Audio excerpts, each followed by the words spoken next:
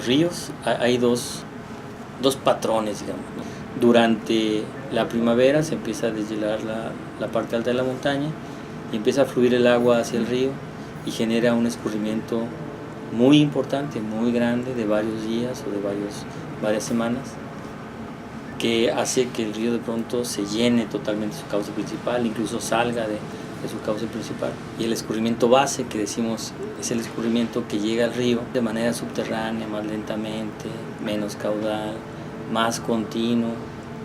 Y entonces eso, el escurrimiento base genera que el río siempre tenga agua.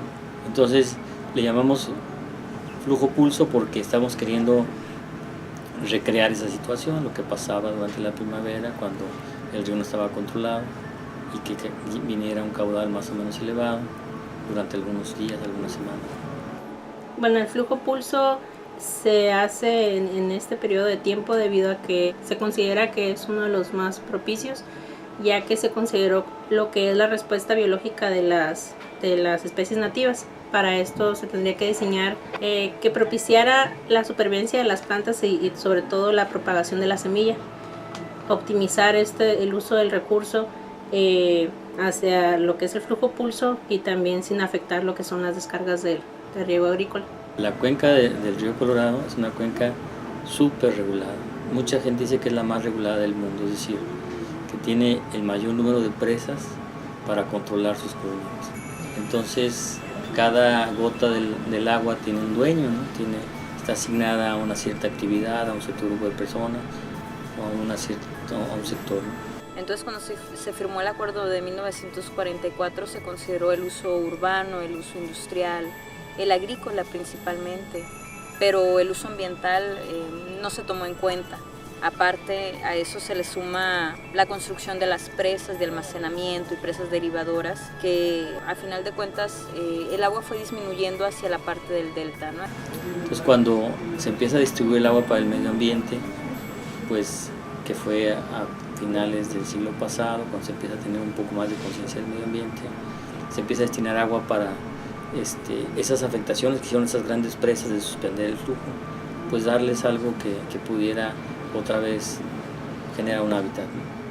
Pero México no había sido incluido en este proceso, ¿no? Porque México en cuestiones ambientales vamos un poco más despacio, pero de pronto pues los grupos ambientalistas, la sociedad civil se empezó a organizar, empiezan a solicitar un flujo ambiental. Esa demanda empieza a crecer, empieza a tener más voces, más oídos, empieza la gente a oírlo, los gobiernos a oírlo y se empieza a dar un proceso de conciencia, ¿no? De concientización sobre la necesidad de agua para el medio ambiente en el delta del Colorado. Por eso la importancia del flujo pulso y de esta sinergia que se hizo entre dos países y también con la participación de las organizaciones de la sociedad civil que han estado sentados en la mesa para tratar de gestionar este componente ambiental. El flujo pulso es un evento o un experimento que se ha venido preparando desde hace casi más de año y medio, donde varios grupos de científicos se reunieron para lo que es la preparación de los caudales. Hidrológicamente es muy interesante, ¿no? Porque tiene un beneficio importante.